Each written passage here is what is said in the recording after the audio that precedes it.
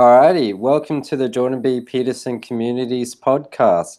We're a fan-led community, and every Saturday we do the Jordan B Peterson study group, where you can engage in discussions about Peterson's lectures, contents, or whatnot. Every second month and the last week, we will be doing the Jordan B Peterson reading group, where we discuss one of Peterson's recommended texts. This week, we're discussing Jordan B Peterson's own Maps of Meaning. There was a lot of saying his name in one what would you call it? Sequence of sentences. But yeah, we'll be discussing Maps of Meaning. We had a discussion this week, and we'll be doing it again next week. After that, we'll be doing a discussion on code of conducts, and we'll be doing another discussion on microaggressions in the week after. So you can find all the details at jordanbpeterson.community. So instead of .com.community, and in the links in the description here. So I'm joined this week by Tyler as well as John. My name is Ben, and we hopefully may be having Kurt join later. Now, I'll probably be kicking it off by just reading through our notes from last week. Fortunately, I'm tethered, so I don't have my video going or screen sharing. But yeah, shall I just kick it off and go through the notes? Yeah. Right. Well, let's talk. What's our goal, essentially? Yeah, so this is just going to be a structure. Yeah. So it'll just be the typical summary session. So if people actually want to do the open-ended discussions, then they join the meetings. And if this one's just summary for trying to compress it all down. Because, the discussions are anonymous and private. And, for this public medium, then we need to, anonymize everything. Which, yeah. Alrighty, so I'll read through the notes. So I had a discussion with John about Maps of Meaning. I've read the first half so far, and hopefully I'll finish the next half by next week. And John has read nearly all of it. So we talked about at least the last few chapters that I've read. So it'll be like maybe 30 to 50%. He goes into one whole chapter is dedicated to the Great Mother, which is then split into the beneficial sister as well as the detrimental sister. So the Great Mother represents all of chaos and creativity, with the beneficial sister containing wisdom and creativity and life-bringing, and the detrimental sister being absolutes and taking things away and more destruction. Now, there's also, after that chapter, he goes into the Great Father, which also includes the sun, which is interesting because then when you think about the terminology we use, so sun seems to be similar to our actual sons as well in terms of, sons and daughters, as well as the Great Father is associated with illumination. So you can think of this as anything that imposes order on the world. So you can think of nighttime as when the Great Mother takes control, and the daytime as when the Great Father takes control, which is why when the sun rises, the Great Father wins the battle over the Great Mother. But you also think about it in terms of the way of, if you impose your order and you follow your responsibilities during the day, you build your shelter, you gather your food, you take care of your people, then you can protect yourself from the night. Now, without shelter, nighttime is horrible, which you'll see from all those Naked and Afraid and camping TV shows. You do not want to be in nighttime without shelter, especially in the places humans traditionally came from. Minor addendum.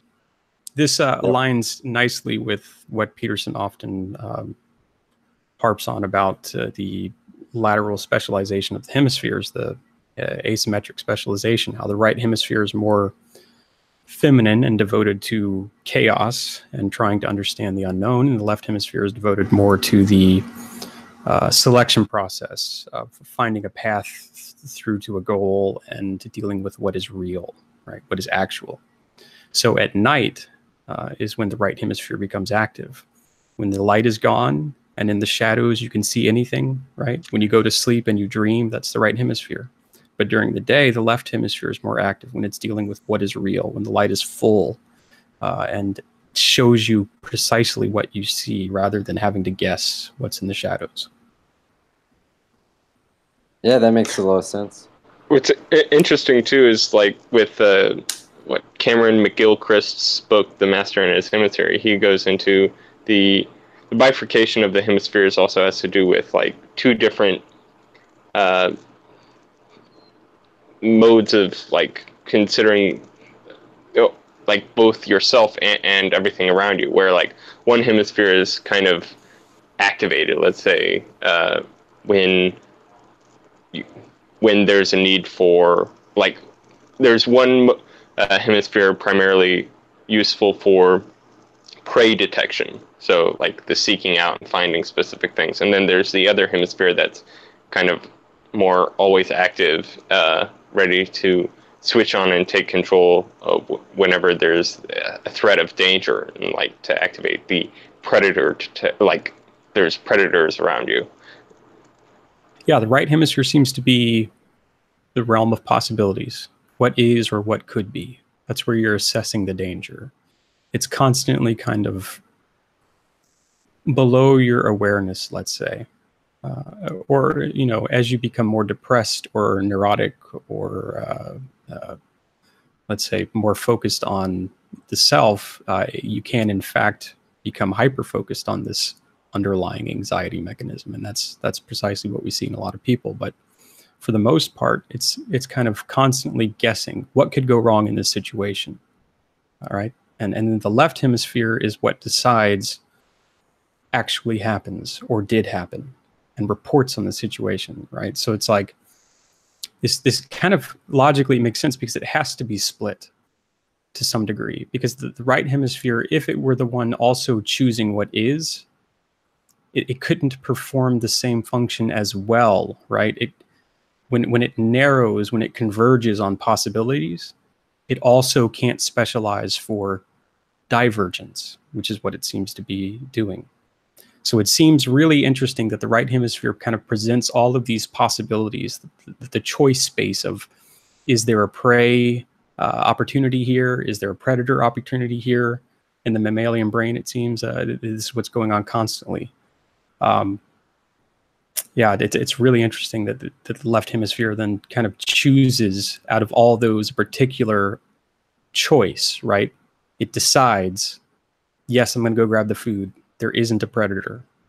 Or, yes, I'm going to snatch that mouse up and eat it, right? That's the right thing to do. It makes it lines up perfectly with the whole development of our religious iconography and history. It's really fascinating.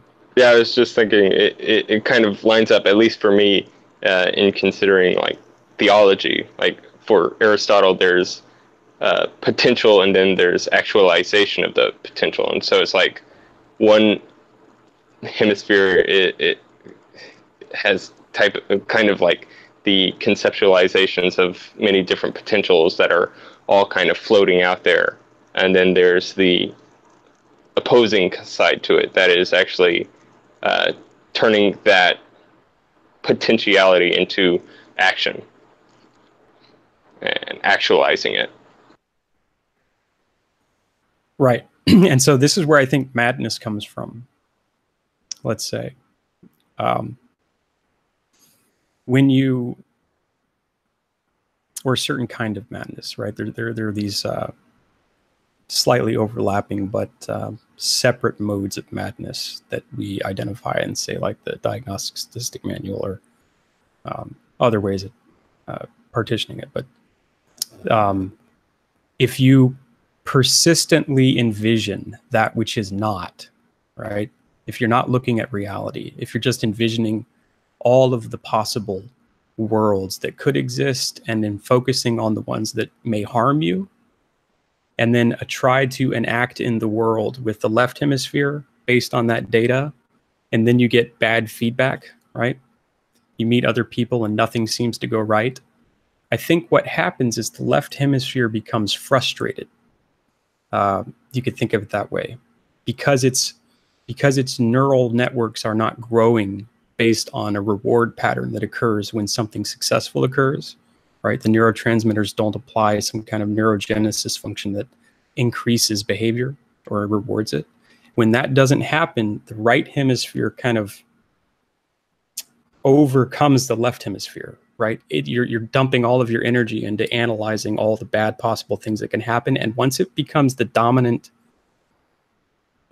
mature, let's say, brain, and you spend all your time there, that's when you start having hallucinations. And that's when you start becoming mad. I think that seems to be what's happening. And that's why we see madness take over in the young adult stage, right? For most of them. It seems like a maturing process that occurs where the right hemisphere over matures and the left hemisphere under matures, and they have no connection with actual reality, right? And that's what we're saying is the specialization of the left hemisphere.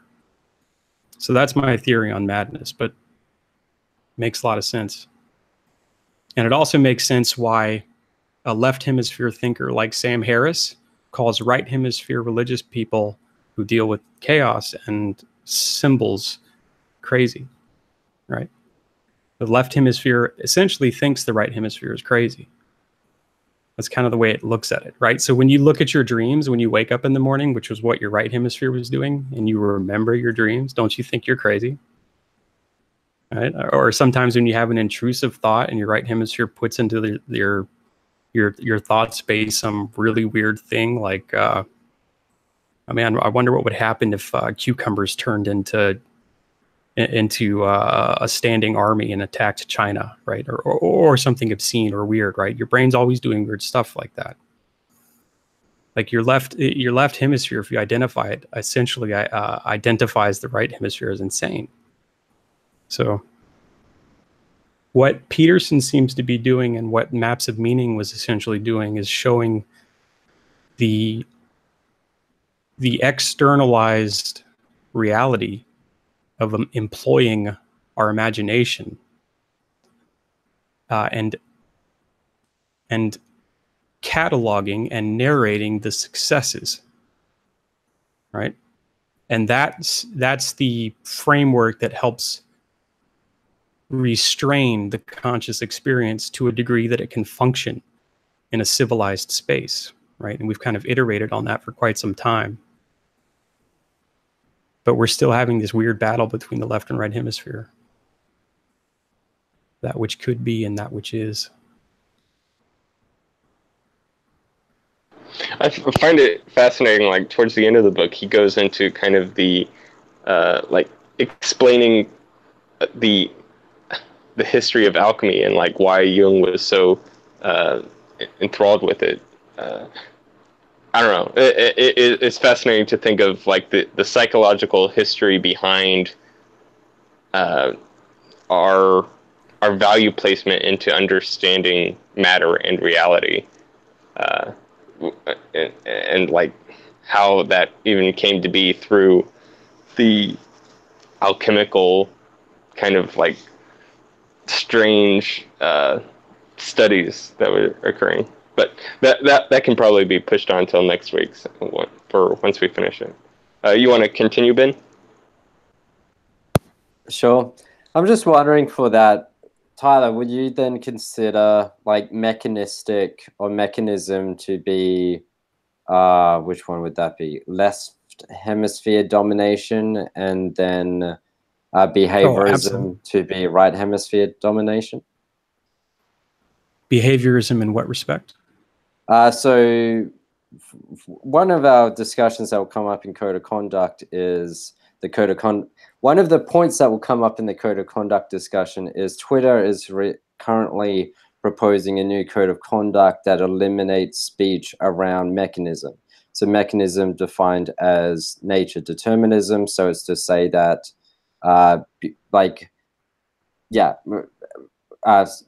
sorry. No, I got mechanism you. as nature determinism, and then behaviorism as nurture determinism. So when I say behaviorism, it's interesting, right? Because the definition of it is the theory that human and animal behavior can be explained in terms of conditioning without appealing that to was thoughts and Adler's feelings. baby and all. That's why I was like, in what context? Because Alfred Adler, man, I had going way back to Psych 101 here. For the listeners, it's is Adler the one who said, "Give me a child and I can make him anything I want"? Yeah, it might be. Yeah. Okay, so that's so crazy, man. Why? All right. It's quite clearly both, right? I mean, that's what all of our science points to. It's quite clearly both. I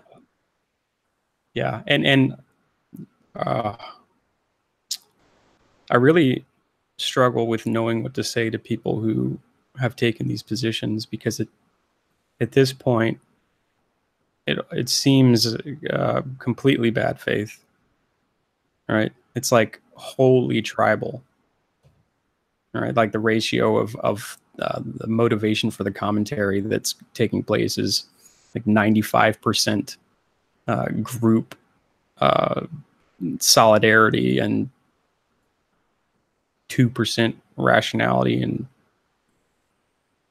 maybe I'm being generous there, I guess, maybe like 3% whimsy. I don't know. It like none of the arguments make any sense. They're all self-defeating.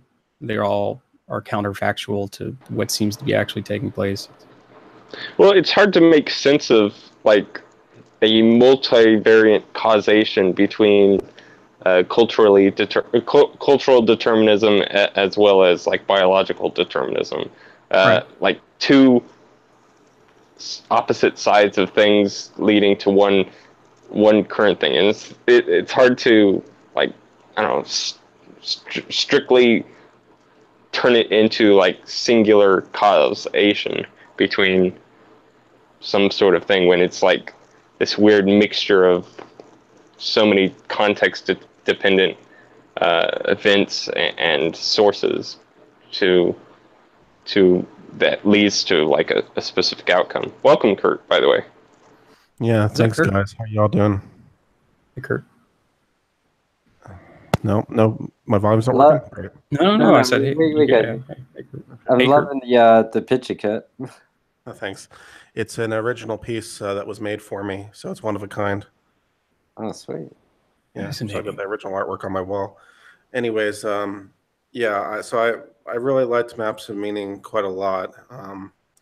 It's interesting because in my professional life, I use the term mapping when I'm reading something and I'm trying to explain why it reads on something else. So I do these analyses where I take two pieces of things and say, here's why text 1 is the same as text 2, and we use mapping in a technical sense to explain that explanation.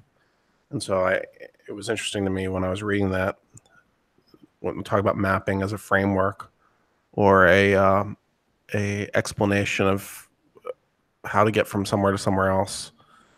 I thought that was very interesting insights. It's just required. It's required to reduce the complexity of chaotic systems to a level where you can make a decision. Yeah, another word for it might be like a frame. It's just a frame a framework, that you have a model or model. I mean, I think there's a lot of words that are synonymous with map. But no matter what word you use, it's like, you need some sort of lens, to use another word, to translate reality into something that you understand already. And I suppose when you are newborn, you are having to create it from scratch, and then everything else is basically reasoning by analogy after that point. So, yeah, and Peterson's. Sorry, go ahead. Yeah, when you phrase it like that, it seems there's another word for map in terms of the way Sam uses it would be landscape, because his book Moral Landscape is essentially the same as Peterson's Maps of Meaning, except Maps of Meaning is this exhaustive work that makes you doubt whether you even need to study psychology because it recaps everything. So, yeah.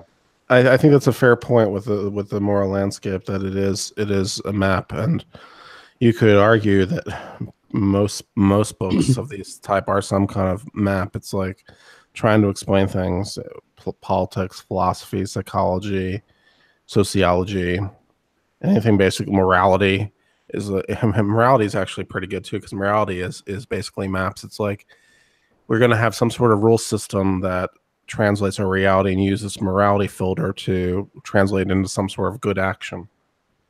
So morality is just another map, perhaps.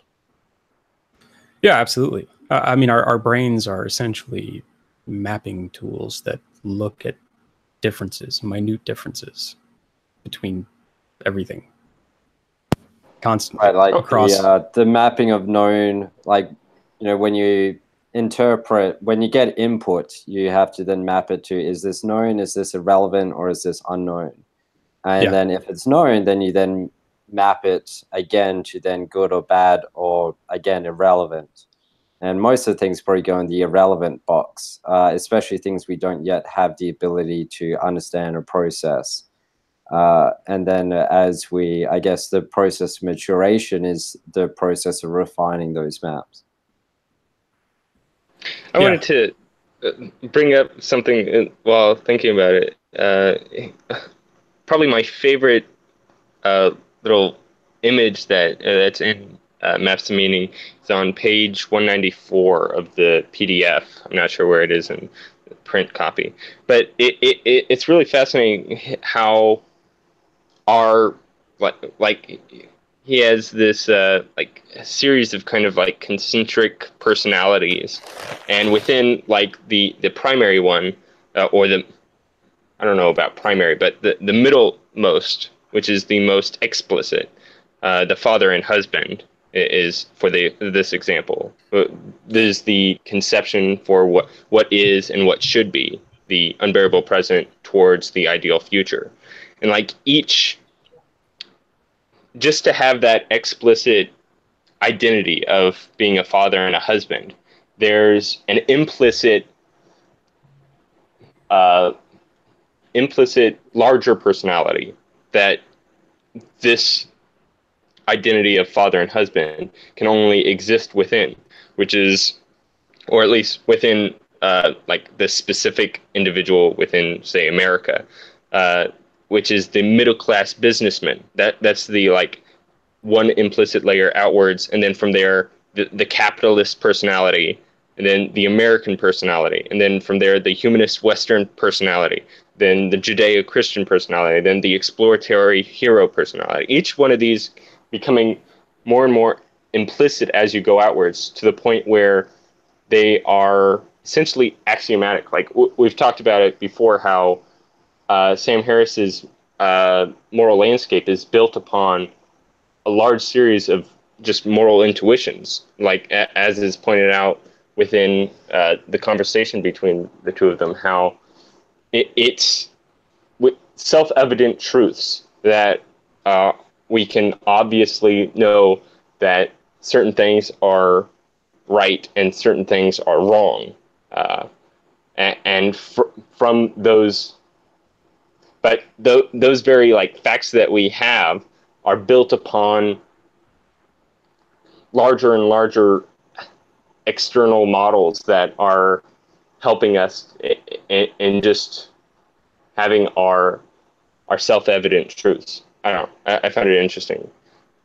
Yeah. Okay. So fatherhood. Let's go to that, because I'm a father, and it's weird and wonderful and very archetypal, right? For sure. But let's say that. So my or our or anyone's conception of fatherhood is like a list of characteristics. Let's say, right? You need to be loving. You need to be firm. You need to not let your kids do things that make you hate them, that kind of thing, right? There's like lists of certain behaviors that if you have a certain number of them, right, in addition to actually biologically fathering or adopting or whatever a child, that you then are considered a father, right? But if you do especially poorly at any one of these, in fact, people will say, well, you're not a good father, or you're not a father at all, something like that, right? In fact, in anger, I'm sure I've yelled that at my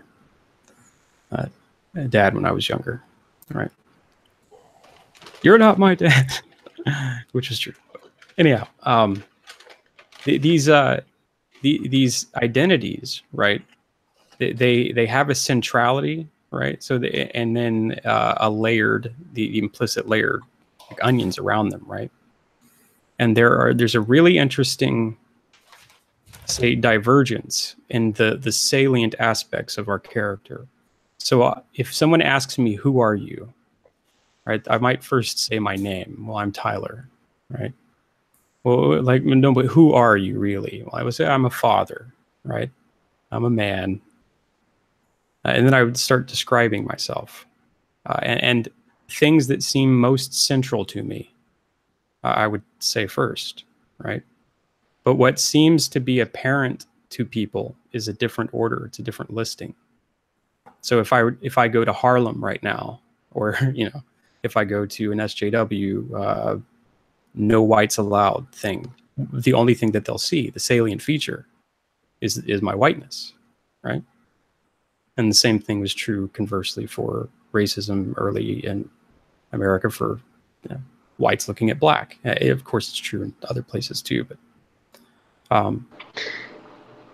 I think Ben and I actually talked about this. It's an interesting point how the anomalous aspect of a person becomes their primary identity within that context. So, like, we were talking about how it would be commonplace for an African American to win a sprinting medal, but for like an Asian American, that would be bizarre. It's like the identity of a person is more prominent depending upon the prior assumptions and context for what we would consider that person to be, or that actor to be, whatever that personality is, that implicit idea we have of a thing in our minds.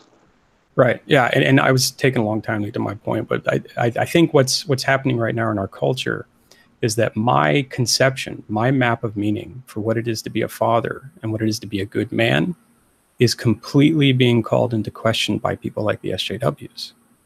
And if I interact in a world that's filled with a space of people, all agential characters acting with maps of meaning that are kind of antithetical to what it means for me to be a male role model and a father, then my ability to enact in the world is severely hampered, right?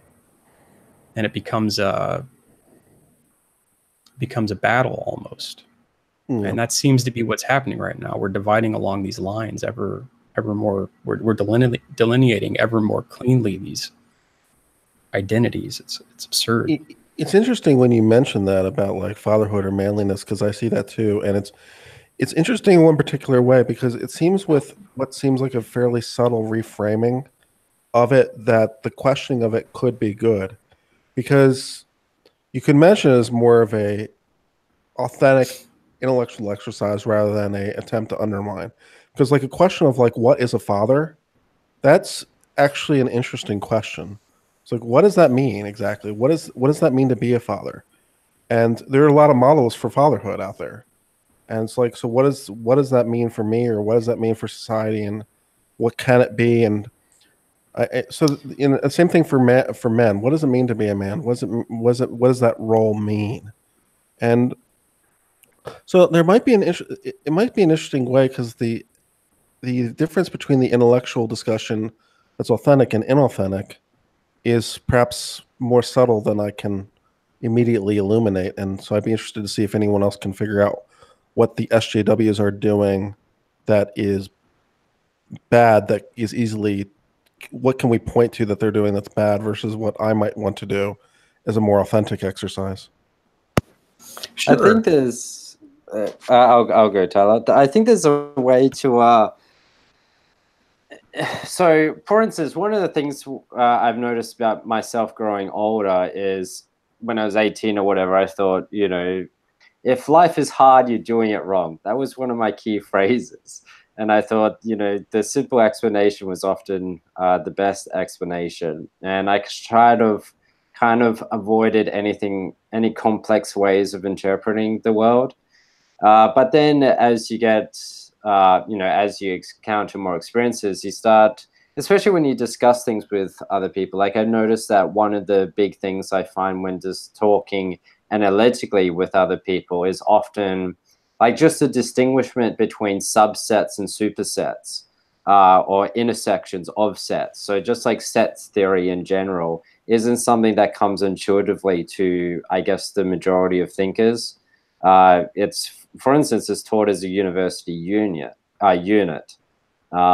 set theory. So the idea that, so for instance, you have father as a superset, and then you would have adoptive father as a subset, and then also biological father as another subset, and then there would be an intersective set between the two of similar roles, and there would be the exclusionary, the what would you call it? The exceptional, I guess, on the outskirts. But one of the things I think is that because this doesn't come intuitively, and because we can operate with such low complex categorizations, it's only until really our sets are challenged then we need to refine our own interpretation of what those roles mean. Now, when we think then about, say, for instance, gender, and this will come up in the code of conduct sessions, one of the things we found, one of the key points to me finally understanding the trans activist is that, well, if gender theory is a social construct, then the onus is on society to grant your gender. Now, this ties in, like, that's such a complex statement because it also does away with particular gender roles because, well, maybe we'll go into it a little bit as a little introduction for what to look forward to in the coming weeks. So when me and John were trying to pick this apart, we figured out, okay, well, this then aligns with why the SJWs, like say the trans activists or the LGBTQIA plus community and all these things, like the SJWs is this big broad branch, and they also support indigenous rights and whatnot. And so there's the radical feminists who then believe that gender is an embodiment of sex. So it isn't a social construct, and it's an embodiment of sex. And you can think about it as a woman is then the associative experiences that their sex then produces in the world, such as the initial menstruation, such as childbirth, such as the lower. So this physical, is the TERFs kind of versus the transgender movement. Yeah. I'm not sure what the code names they go about is, but you can then think of this in terms of, okay, well, why is there also this pairing with indigenous activists? And then you can think, okay, well, for indigenous communities, their culture was associated with the land. They felt that culture was an embodiment of the land, of the ways of the land. But then Western culture, notably, is something that imposes its will on the land. So Western culture seems to be this adaptive, refining ability that, what would you call, like it's more like a social construct, you could say, where we can go to any land and adapt to it. I wonder if it's tied to agrarian history, like in comparison to the, I don't know, more nomadic element of the Native Americans. Yeah. So the way then is why this then becomes a point of activism is you can then think, okay, well, in the same way that so for instance, if gender is an embodiment of the sex, then a trans person would be a abomination or to that conception. And in which case then you can think, okay, well, a indigenous person who's had indigenous culture then being forced to adapt to Western culture could then be considered like a abomination or a transfiguration, that it wouldn't be something natural. And then that's why these things would arise. And I think that in terms of that seems to be like this part of the relationship with the SJWs is they're trying to do this compassionate thing of looking at why certain communities, be it trans or be it indigenous or whatever, is starting to have these breaking at the seams, I guess, and then looking in terms of categorization as a way of interpreting this. Yeah, I think what's going on that makes the SJWs so problematic is basically they're trying to improperly skip ahead to the end of the page. So they've seen problems. Like there there are some issues that could be legitimate with what are men or what are women, and there's what is fatherhood, what is motherhood, what are these roles, and these roles have been changing and expanding, and so there's room for discussion and debate, even modification, I think, on some of this stuff. So where the SJWs go wrong is that they're just trying to skip all the way to the end of the page. It's like, well, we know that they're partially wrong, so let's just assume they're completely wrong. Let's just completely smash everything. It's like, well, no, you can't do that. You've leaped too far ahead in your argument. It's like you got to make this more nuanced, one step at a time. And I think that's where they're going wrong. So there's there's these issues with oppression. There's these issues with people being denied their right station or being forced into roles that are not necessary or arbitrary. But the problem is that they're not reasoned all the way through. They just did that old trick where it's like step one, some stuff, and then step two, a miracle happens, and step three, conclusions. Like, yeah, I need a little bit more work shown in step two. Well, Well, so it's one because of the you go, okay. It's because they're not worried about reason at all. We know that, right? They're just attempting to justify their desires. And that is precisely how we view women stereotypically, right? Feelings first. Feelings first. And that's the right hemisphere, which women kind of reside within more, it seems, than men, which is why they suffer from depression a little more often than men, and a whole host of other reasons. But that they are constantly wanting to ask, why can't it be some other way? Why can't it be some other way? That's what our right hemisphere says constantly, all the time. So we're doing that too. And I agree with Kurt, the conversation needs to take place, and that it has been taking place. In fact, that's what's been going on throughout history, right? Like that's our whole history, is men and women learning who they are and how they're going to get along and continue the species without killing each other, right? That's essentially it. Right. Now, maybe a bit more favorable way of phrasing that or interpreting that is that there's so the strict categorization, so what the SJWs are kind of doing is also, okay, let me try and figure out how to piece this together. So, for instance, say for myself, and I would say for most atheists, they've rejected the church as a part of moral guidance. They didn't have any of the wisdom or the frameworks or that map to utilize in their road forward. So when it came to like what is a father, the only answer really they had for that is their own family. They don't have any institution to really tell them. And they go through life with really rough categorizations that they have to piece together themselves. Now, there was a TED Talk probably 10 years ago called like Atheism 2.0, which was this desire to bring back the church institutions for atheists. And largely this is what Peterson and Harris are kind of fulfilling, which is this role of trying to reintroduce the structures of old that make sense, that can be revitalized for the, with secular reasoning. And so to some extent, the SJWs are trying to do this battle that we're all kind of doing. But I also think that their particular movement, just like any fringe movement, brings in the fringes of personality. And they can be people. So for instance, in where we're currently living in Australia, there is posters to say smash the patriarchy or eliminate property rights with anarchist symbols. But then I kind of feel like putting a little sticker on it to say the patriarchy is what protects you from the night.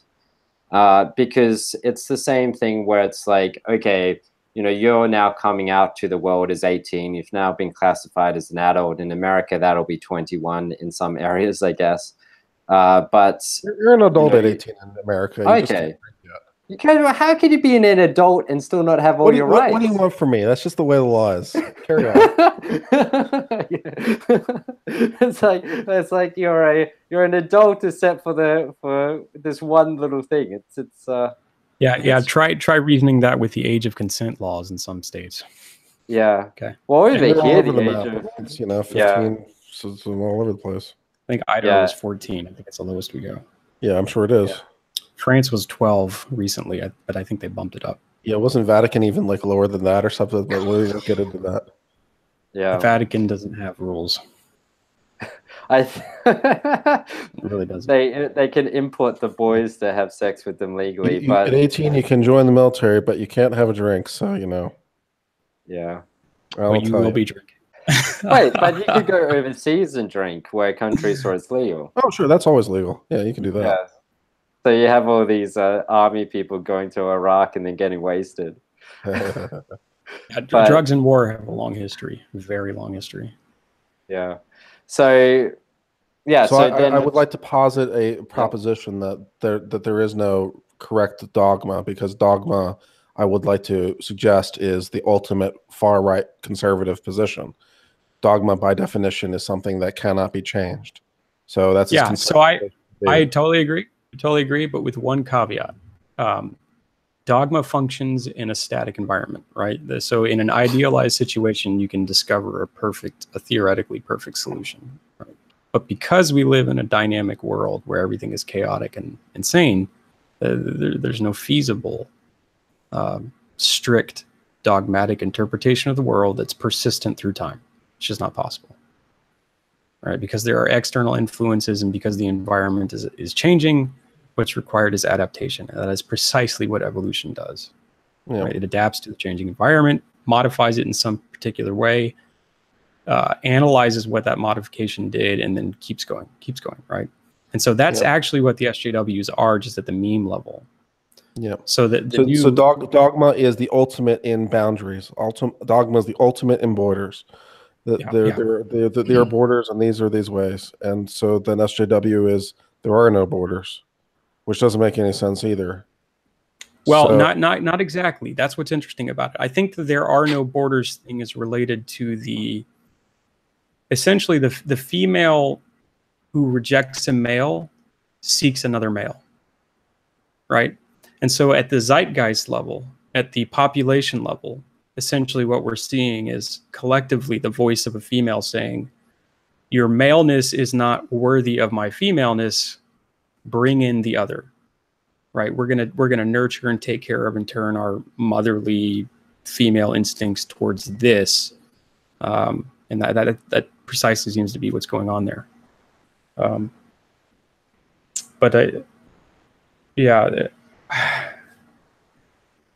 there's something masculine about the positions the SJWs are taking. Yes. Yeah. Well, that's it. That's what's really interesting about this.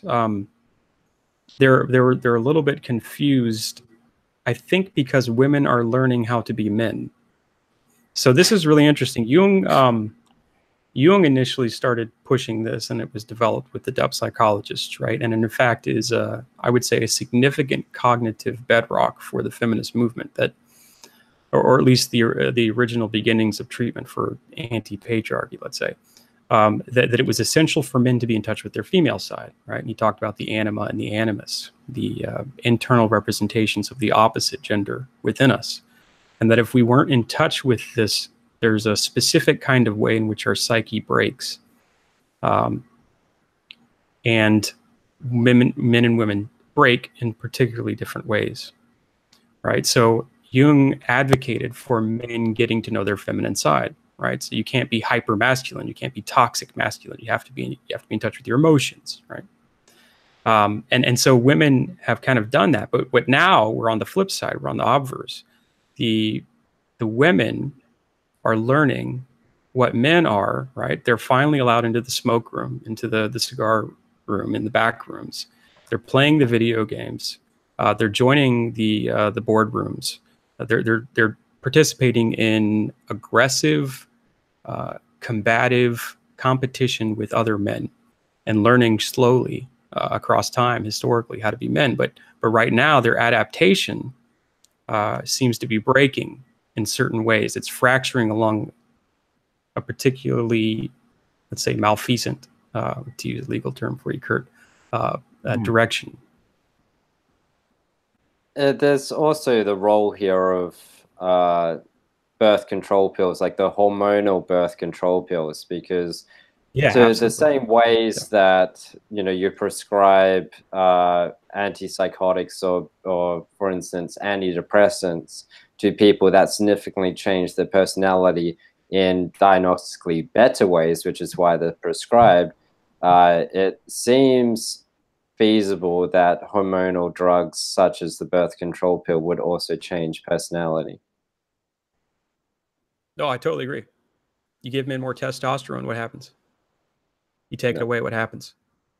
Well, on that point, I have been reading recently that the amount of testosterone in men seems to be dropping, like globally, for no apparent reason. So that's an interesting Western world for sure.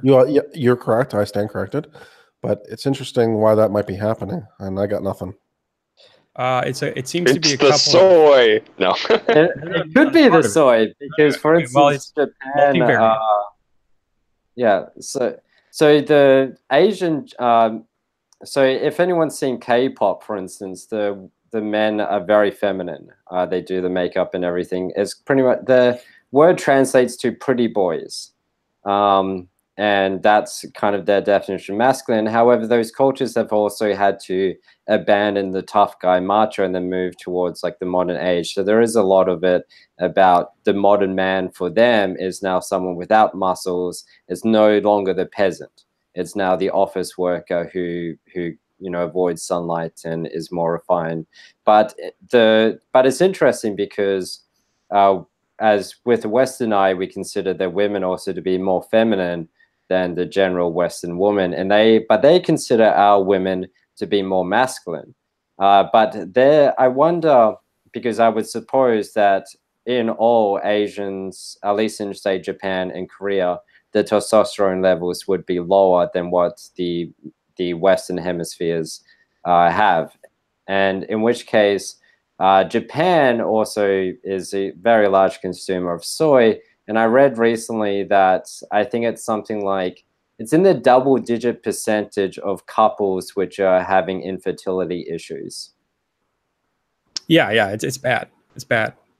It's really bad, and like it's multivariate, right? So there are a number of factors that are contributing to it. One of which is surprisingly something like underwear, right? The invention and development of whitey tighties, say, which pulled the testicles closer to the skin and increase the temperature, actually reduces sperm count. Marijuana, widespread marijuana use. Marijuana lowers sperm count. There are these multiple overlapping factors. Alcohol probably contributes some to it. But generally, the diseases of affluence that we see in the West are also having an extraordinary contribution to this. Lower testosterone levels due to obesity and diabetes and things like that are also contributing to it. But I also imagine porn is a big contributor here because masturbation doesn't kind of give you the long-term reward hormones that you need. That's another great point. In fact that's one of the really large ones that can be measured directly. The testosterone levels that are related to, say, chronic masturbation. There's really good scientific work that's being done showing that, good research. So, it makes no sense to assume that women wouldn't behave differently with different biochemistry. That's a very strange thing to try to state. It's one of Milo Yiannopoulos' first articles at Breitbart, which is that hormonal contraceptives make women ugly and crazy. Well, we know that they have a different attraction. That they become, women on the pill become attracted to skinnier faces, which they've hypothesized is related to like a testosterone amount, essentially, because intrauterine testosterone levels is associated with wider jaw sets and wider faces. You know, and I don't know about Korea, but there are a number of cultures, and I think the closest one should be probably Japan. So that have interesting overlaps with male-female identities. So they you know, like the kabuki theater where the men played women, right? Like this is part of it. There's the Polynesian races, the Pacific Islanders also have these really strange ways to deal with too many men on the island, let's say. Some of them just kind of behave as women and are then called women, right? Like the Islanders just start calling them women. They start dressing like them, and they sleep with men. And you're not gay if you sleep with that person, right? Because they're actually a woman. Like they've kind of redefined them. And this is really interesting because if you go outside of the primate world, this kind of behavior occurs across multiple species, where if population levels between sexes become imbalanced, you experience a sudden shift in biochemistry. And in fact, in some species like frogs, you can have an actual change of sex within frog species so that they can be available for reproduction. So it's not as if this behavior is strange, although everything is strange in some sense. Well, I wonder if what you were describing there seems to be tied at all with the Eastern experience versus the Western experience, where the Western seems much more focused on the individual and Eastern is much more focused on the communal and this cultural identity that's more it's left unified. and right brain too. Exactly. Yeah, that's a good point. It's left and right brain too. We've kind of the Eastern religions seem to have been hyper focused on the cerebral, the spiritual, and the mental, and our Western religions have focused on shaping the external world. Yeah, and you can see that also in Eastern philosophy versus Western philosophy. Western philosophy is much more logical and segmented, and Eastern philosophy is more nebulous and abstract. Yeah. So it's more communal. Change yourself, lose yourself, rather than change the world. So this is like, do we want to go to the ultimate, the logical proposition here that where there's an East-West hemisphere of the brain, there's an East-West hemisphere of the world, and what the relation is between that? Well, that's exactly right. It's the same relationship that exists at the phenomenological, deepest philosophical level, right? There's always this, at the quantum level, we know, in fact, with our understanding of physics now, that there's always this set of possibilities, right? The right hemisphere, the Eastern religions, right? The change your internal space configuration. And then there's the left hemisphere. There's the actuality. There's the collapse of the wave function that chooses the thing that is, right?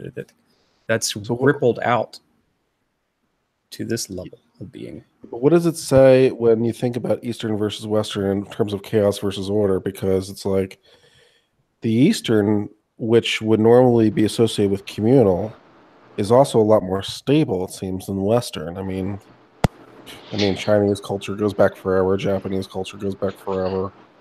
The Asian cultures go back forever. And then the Western cultures are this chaotic thing that's like, oh, these are the new kids on town. And they keep changing where their countries are. And it's like, oh, that's interesting. Well, the East, look, the East, let's not pretend like the East hasn't had their... I'm oversimplifying to explore a point, and you think it's invalid, then I'll certainly... No, I don't think it's invalid. I think because I think they adapted to their environment with their particular philosophy, just like we did. And there's a great deal of overlap in a lot of regions, but that fundamental division between the differences in seeing the world, say, becoming at one with yourself rather than changing the world, versus changing the world, that seems significant. And there's also the fact. Do you want to continue? Yeah. I just had one. Sorry. Okay. Okay. So their adaptation to it, the Eastern adaptation to it, was a certain kind of order on top of their philosophical understanding. So like the Tao Te Ching and their attempt to put a unified pattern and whole to the cyclic phenology, their phenology, right? Their attempt to understand the cycles. Was ordered. So to tie into that, so the Southeast Asia has been dominated by what would you call it? Catastrophes. So you could say communism. So cyclone. No, I mean natural disasters. So like cyclones, tsunamis, earthquakes, volcanoes. What else? Well, just monsoon rains, so floods. So when you talk to Filipinos, they like every year they kind of need to rebuild their home. And when you have that type of attitude, then it's a lot more like, this is one of the things which I find it a little bit funny, how women in the West are orientating so much towards Buddhism, or the more feminine types, which is, it's like, to me, it seems to be Nietzsche's slave morality, where it's this ideology which then is accepting of everything, but it doesn't try to change. Now, naturally, Buddhism makes so much sense in places like the Philippines, or those countries where, you know, every year you have to rebuild, because you can't have material possessions. You need then an ideology to then reinforce and make you feel okay to wake up without material possessions. And Buddhism seems to be a good option for that. But my issue then with Buddhism is, it's like the other thing I've noticed about Asia is they're incredibly repressive, and to some extent there's the idea that, well, the West has occupied them, or for instance China has occupied them. They've generally been an occupied people under a dynasty or a ruler, and in which case you could then say, well, were they occupied because that's the behavior, like a more mechanistic, or, you know, just a cultural perspective, or was it the occupation that caused them to be that way? But it seems to be the other way around, which is their philosophy or their way of dealing with the environment also has, you know, enabled those areas to be more repressive of a culture. And to some extent, Indonesia is a bit of an exception here, but that's only really came after the world wars, when they slaughtered every single communist. Do we know the origin of the word hysterical? No. I'm not sure. Remember? Yeah. Well, you know what a hysterectomy is, right? Yeah. Okay. Yeah, so it's an old medical term for women that are crazy, right? Yeah. And we know what kind of crazy we're talking about. Hysterical. Yeah. So, like, there's this behavior, there's this positive feedback loop that can occur in behavior, where you feed in some anxiety or some danger, and it just keeps ramping up until you have conflict. And then there's a negative feedback that dampens it down, right? Or maybe a positive feedback that raises the elevation of some other behavior, but, you know, beyond some threshold, let's say. But and in fact, that's probably what it is. But or maybe it's more likely a combination of two. Anyhow, this seems to be what's happening, right? That there are these specific memes, cultural memes, that are going out into the world and kind of inciting hysteria, right? This is, I think, what Kurt mentioned at the beginning, the overreaction that we're seeing. It's not proportional, right? It's not proportional to what's happening. It's hysterical. So, but to touch this to the Southeast Asia thing, that their collectivist nature is what makes it repressive, right? Because you're an individual, then, right? You're thoroughly Western. Australia is like the poster child for individuality, right? You guys down there in the down under have you've got big personalities. It's like Texas. We're Texas without the guns. God, see, we were on the same wavelength there. It's like Texas. We have Texas with the guns, so we're doing better. Yeah. Well, I don't know. What did I just watch recently? But I think there's a lot of value in the Eastern philosophies and Eastern religions. I think that there's roles in the collectivism, and there's even Peterson has talked about this, about the role of the individual and the role of the collective, and they both have a point and purpose. So I think there's a lot of value, and I think some of our loss of meaning in the West is a loss of value from a loss of collectivism, because as was pointed out earlier, we need groups, we need tribes, and we need these social relationships. The Western philosophy is so focused on the individual, but it has become, I think, difficult for many of us because we don't have community because we've been so hyper focused on individual. And so I think there's a lot of value in the Eastern philosophies. I'm not saying we should switch over. I'm just saying that, you know, I think that there's some stuff there we can incorporate that would be to our benefit. Yeah, absolutely. Just like we need a left and right hemisphere.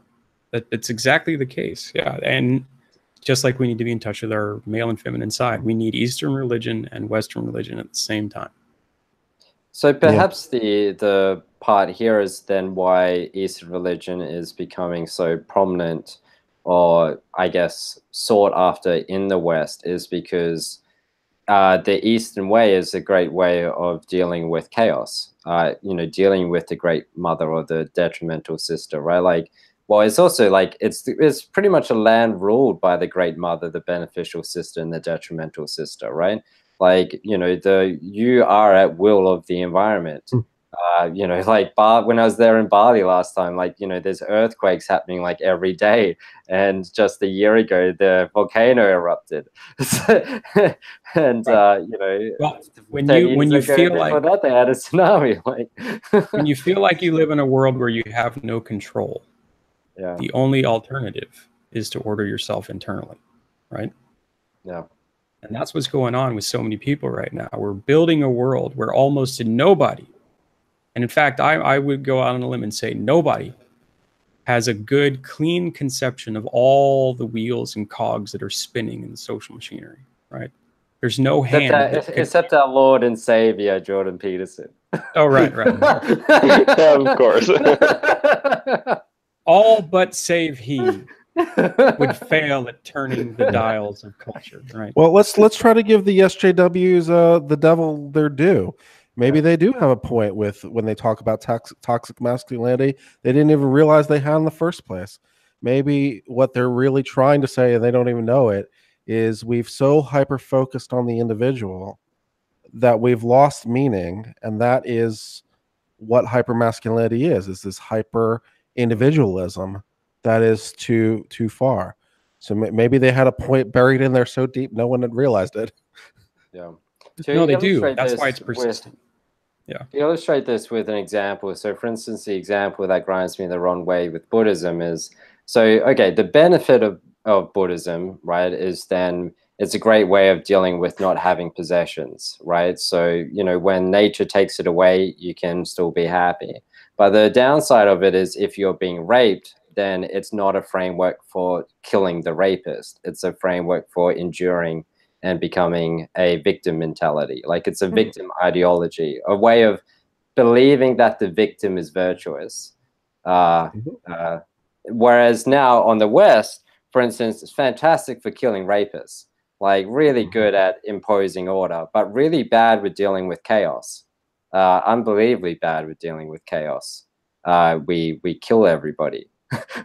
So then in this, so, you know, with the birth of the internet, just like the rate of entropy with technology, then it would make sense why there is this draw towards ideologies or frameworks or maps of meaning that then deal with chaos in a more open-ended manner, but then completely converting to anarchism or collectivism is not the way forward, because it throws out the baby with the bathwater, which seems to be what the SJWs are doing. They're saying, you know, the tyrannical father of the West has become maladaptive to the modern environment, and we need to open borders, like all the tech companies say. And to some extent, that's great for the tech companies. But then if you open all the borders completely, then you forget that there's an army that works every single day to protect your freedom. you forget that these freedoms are actually offered by some tyranny that is there to defend you. Proposition. All sense data is metaphorical truth. Either you accept the fact that there is a perfectly faithful representation of the world within the brain, which seems absurd, or you state that the representation occurring in the brain, the experience of the external world, and indeed the experience of the internal configuration of the different mental states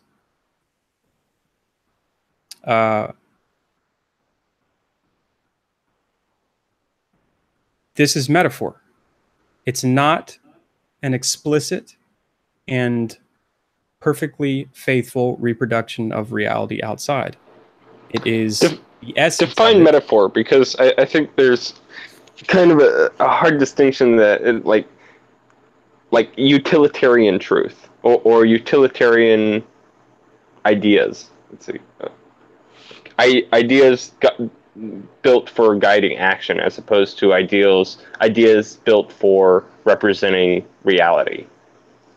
Well, I mean, in all cases, all thought, all experience is metaphorical in the sense that it is a correspondence of some kind that is not one-to-one.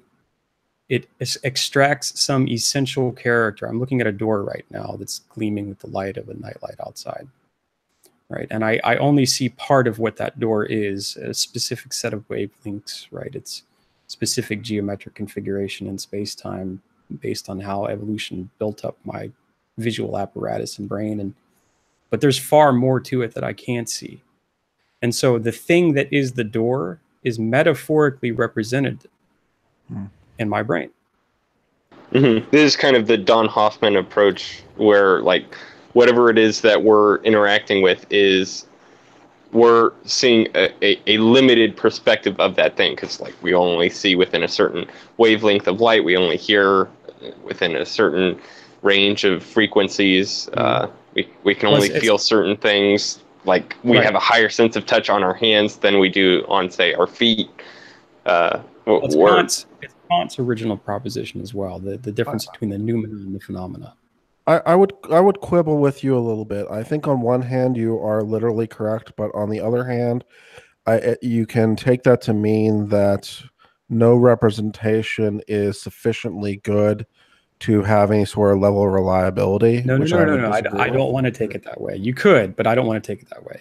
Okay, I think the more, so this is what I think senses do, and this is why I think the process of consilience and the process that Jordan Peterson used in developing maps of meaning is precisely why evolution went down that road. Because what it seems like we've done is we've used multiple overlapping metaphors to better describe phenomenon in an attempt to understand the noumena. So I can hear the door shut. I can feel it with my hand. I can smell the wood and the paint. And all of those things combined, in addition to the abstract representations of the manners in which I overlap those senses and the uses that it has, come together to represent a more accurate and useful phenomenon of the door, right? A more useful metaphor, a more faithful reproduction of the metaphor.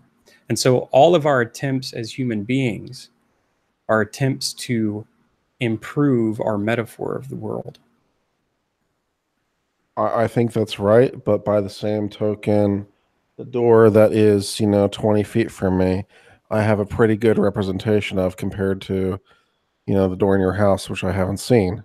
Yeah, you got a great representation of it. Yeah, so which is why you are able to say it's more real than mine. Pretty good. Right. Yeah. So your door is more real than mine. Like I could be lying. I could have just made that up completely. But because you have more sense data for your door, you can more faithfully trust that it is what it is, that your metaphor is true. Right? Yeah. I mean, on the most literal level, it's like, I don't know what's going on in the subatomic aspects of the door. It's a lot of it's blind to me, and it's some of its reality. But the same thing is true for all experience, right? It's not just the door.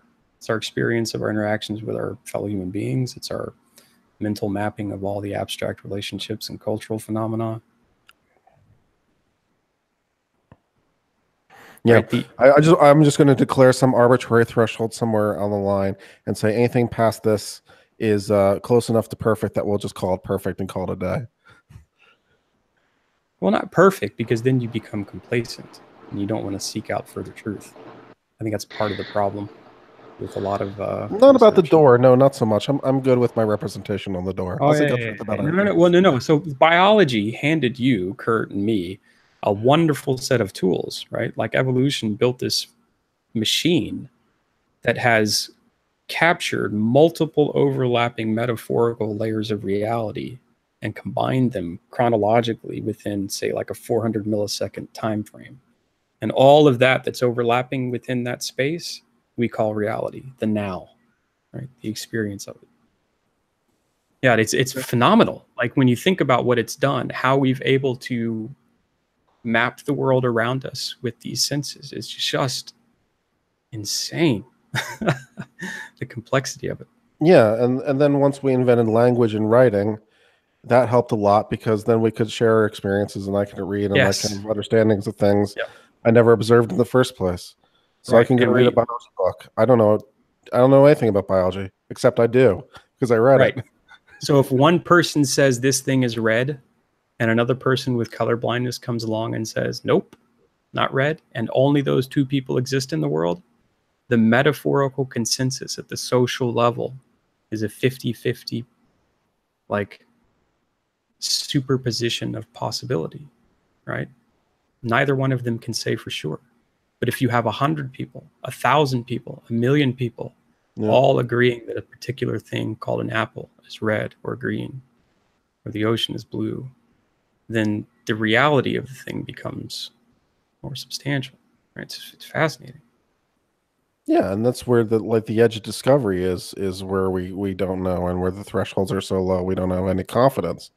Like my personal favorite example, dark matter, dark energy, which I like Neil deGrasse Tyson's comment is we should just call it Fred and Bob because like we have absolutely no idea what's going on. So yeah. we've got good guesses. We're starting to get there, but that's the frontier. It's pretty cool. I'm sticking with we have no idea. But yeah, it's like we're trying to find out these representations, and it's the places where things are the fuzziest where it's the most interesting exercise. And it's also interesting in some sense we seek fuzziness because if you score high in openness. If you don't score high in openness, you prefer to remain within the well-defined boundaries. Right? That's true. Well, that's true and not true. I mean, there are a lot of conservative people who are fairly open and stuff in terms of discussing ideas, and you see this in the IDW. So you see a lot of open-minded people on the right. Yeah, I wasn't talking about left or right there. Just open-minded. Yeah, I mean, I consider myself conservative in many regards, and probably progressive in others, let's say, but not in the sense that progressives call themselves progressive. Mm-hmm. Yeah, it's a balance of the two. I fully believe that, just left and right hemisphere balance in the same ways. Didn't Peterson find when he did the study of personality clusters with what was it? Political correctness, that there was the PC liberals and the PC authoritarians. And what he found was the authoritarians had lower openness than what the PC liberals did. They were essentially conservatives who moved over to who were indoctrinated with the political correctness instead of being indoctrinated with Jesus. Right. Yeah. It seems that there are the adaptation of personality space developed archetypal personalities to function within our environment, right? A whole slew of them. And some of them work, some of them don't. And now we're at a place where we're questioning a lot of them all at once, right? Trying to figure out precisely the best way to interact in this new environment that we've created in a place where I gotta head to bed. So sorry guys. Good night. Sleep well, John. Thanks. See you guys. See you, John. Bye. Well, I think what you said is right, and I think that's basically what modern media has given us is the ability to do exactly that. The internet has allowed everyone to talk to everyone about everything all the time, All their private constantly, dreams. in a persistent manner, because these communities exist, bulletin boards and forums and stuff that they don't go away. Right. So we are now in a position where we can talk about everything all the time with everyone persistently. And so everything is in a state of question and flux. Yep. So in that state, the best thing to do, and I think this aligns with, I'll have to look up who's the original researcher.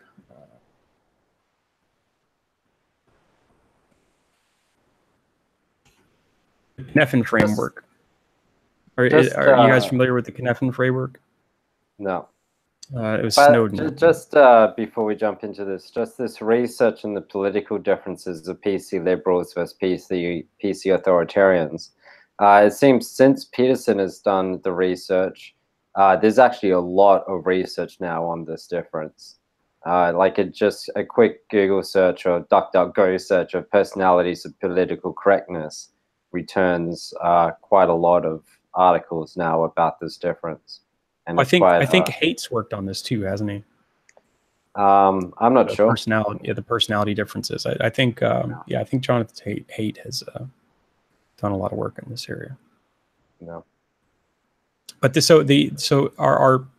we've developed these temperamental kind of archetypes about how to respond to the world, and then this maps onto the say the big five, the 5-factor personality model, right?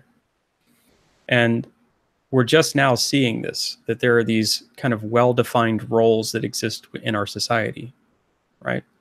And those who are born genetically with these specific predispositions to temperament will do better in certain social situations than others, and they will gravitate towards these particular situations. And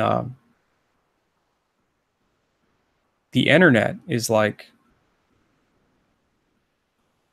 I mean, I don't know. It's like both the right and left hemisphere's playground, strangely enough. Right? You can go anywhere and do anything, or you can sit in your own little echo chamber. Right? You have all these, and it seems an infinite possibility space. Right? But in that infinite possibility space, this is where I was bringing up the Kneffin framework. When you have an infinite number of possibilities and no clear way to evaluate which is the best, the only rational choice of action is to wait, right? Not to blindly pick, because you could do more harm than good, and in fact, most likely will, especially given certain chaotic environments. Or to act in a risk-controlled environment. So you test the theories in a risk-controlled environment. Right. Well, that's ideal, right? That's ideal. Yeah. Except implying the current state of government does not allow a risk-controlled environment. Right. It's the same kind of issue that Musk is having with the climate change experiment, which is outputting all that CO2 is an experiment that is not risk-controlled at all. Did you see what the SEC did to him, by the way? Yeah, that was cute. Yeah. Unbelievable, man. Poor Musk. These games that are getting played at the top, it's just unreal. Yeah. They left him on as on the board. It's really interesting. As CEO. It's just not chairman anymore. I wonder how much practical difference it will make, if any, No, not at all. Well, apparently they have to appoint an independent person now as the chair. And they have to appoint 2 new independent. You're the chair. Yeah. Except you're not. It's like, who cares? It's fascist. It's really fascist. What's interesting is that $40 million of fines go to those who feel aggrieved. No, 20 million, I think. No, 20 million. Yeah, 20 million was fine from Musk personally, and then 20 million was fine from Tesla. But the full 40 million goes to those full who 40 agree. is getting distributed. Yeah. Interesting. Yeah, that really is, you know. I want to know how saying I'm considering doing anything forms of fraud. That's what I want to know. So at some point, I'm going to have to dig into the law because I don't know that one. Yeah, but Well, Tesla is SEC the most short stocked in history. So there's a lot of people who want Tesla to fail. Absolutely. Absolutely. It's orchestrated. I mean, you can see it. It's really funny. No. It's orchestrated. Now that we've discovered the power of the internet and this new media to influence and manipulate people, or in fact, I think the leading edge of our research discovered this quite some time ago, back in the 40s and the 50s. The alphabet agencies have been working on this stuff for a long, long time, right? We learned with Operation Paperclip and the others that they've been playing with our head for a long, long time. Russia too, right? But it's getting worse and worse and worse. Right? So now we're having all these weird competing. What I'm going towards, we're going to get to this weird point in the future where like all these conspiracy theories about secret organizations working in the background attempting to manipulate everybody are 100% true. That there's going to be constant manipulation. That there already is, right? But yeah, the more we can do to what is it, usurp, is that the word, usurp? Yeah, that's a good Facebook word. and Google, I think the better. Or just usurp any collective power in general. Yeah, well, we need decentralization and we need education, and we need to remove the collected power from the hands of the few. That seems certainly the case. No, you I was can't thinking about it in terms of Facebook. Like Facebook, well, Google probably has more power now than Facebook because everyone has Android phones that are being uploaded to Google Photos when they take a picture. So then Google's definitely beyond Facebook. Definitely. Yeah. So then, like, because Facebook, they announce like, well, they know when you're in a relationship before you do, from the different analysis they can run, and I think they do run it to change recommendations and things like that. But the thing is, it's like, well, for Google, because they have this tie-in with the photos, they could even be like, I was thinking about this in terms of the type of measurements they could do. So you could think of, okay, they would be able to answer the question of how much does a beard, like a well-groomed beard, save a man off his salary in the dating game, right? So you find out, okay, for men with beards, what is the average salary that they have for women compared to men without beards with women? Right. All right. Okay. All right. They can tease that data out, right? But drawing a causal relationship is going to be like insanely hard. So it's just, yeah. But you're right. But the more data they get, the more metaphorical truth gets refined. Yeah. Yeah, and that's one of the things that they're trying to do with like AlphaGo projects and stuff like that, is like trying to solve these really complex problems so they can take that machine learning and apply it in these new domains. It's like you can do all these sorts of correlative analysis that you can never do before. So that's pretty cool. Or that computers can never do before, but we can still do it. No, that's my point. I mean, even human beings couldn't do it before because it's like just too much stuff to think about. But the computers can do all these associational analyses on an artificial learning environment that, we would never even dream to think to do, and ask questions we wouldn't think to ask. No, that's not true. That's not true yet. We still ask questions.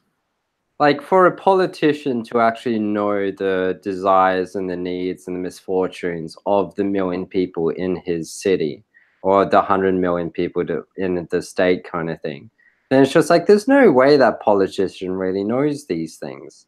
So, but then Google knows this. Google knows precisely what this is. And like, that's why like the previous few presidents of the USA have all used data mining programs in their campaigns. Yeah. Well, their big data is huge in decision making, but I wouldn't say they know precisely. I think they've got far more knowledge than we do. But look, I can watch people behave and tell you that they're going to be in a relationship before they know it, right? No. And so could the Baba whatever in Russia, right? The town gossip. But the issue here is you're limited to those you perceive, whereas Google has data on 1 billion people.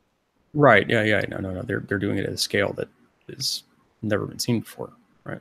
Yeah. But what you do with that data is what matters. Yeah. I really don't trust them. Rather, we shouldn't need to trust them. That's the key point. Well, so here's the problem. To bring it back to maps of meaning, because we're kind of far afield now, but yeah, their map of meaning is concealed, right? And so socially and culturally, I don't know if my values align with Google. I don't know that. And in fact, now that we're discovering more and more, it seems that SJWs and their efforts to influence the development of technology, it seems like they're not aligning, right? That they're using their power and influence to dramatically harm many people, specifically with social constructionist ideas, right?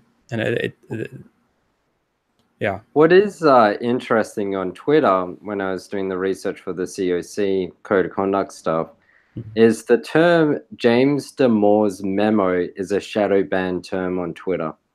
Oh, I'm sure. That makes sense. Alrighty, I'll get back to the notes, read through the notes we did from the thing. So, okay. Next point is songs often prayers. So this is after the idea of the great mother, beneficial sister, judgmental sister, as well as the great father. So often I found, like, once I read that chapter, I listened to a few songs because I was like, whoa, that chapter was heavy. And then there are songs that I listened to I actually realized were actually prayers. So they're prayers of a hero that is in a indefinite situation. They're not particularly sure how to act, but they know that they need to act. And they're doing essentially a prayer to the Great Mother for wisdom to hopefully manifest that wisdom in themselves. They hope that they can be the hero to manifest wisdom in this trial that they are facing. So I linked to 3 songs there that seem to be prayers to me. But it's interesting because unless I read that chapter, unless I had that interpretive framework that Peterson laid out, this great mother, great father type of thing, or even the hero as well, then I never would have put together those songs of prayers.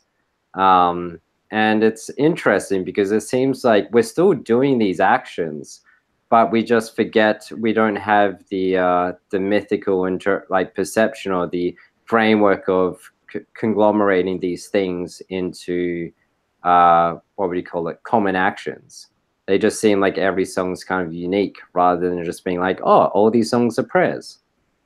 Yeah, well, look, I mean, there's a long history of song and worship and deity worship, right? The Greeks and the Delphine oracles and the Greek chorus in the plays were often sung as petitions to the gods and things like that. And the Psalms from Old Testament, right? Essentially prayers / invocations to God from modern Mormon scripture. They have a verse: "The song of the righteous is a prayer unto me." This has been a really common theme, and Peterson's particular fixation on music and its relationship to the divine, I think, is telling too. Yeah. There isn't too much more that seems to strike directly to the heart of symmetry and beauty and orchestrated cohesive unity, right? Metaphorical truth for something. Yeah.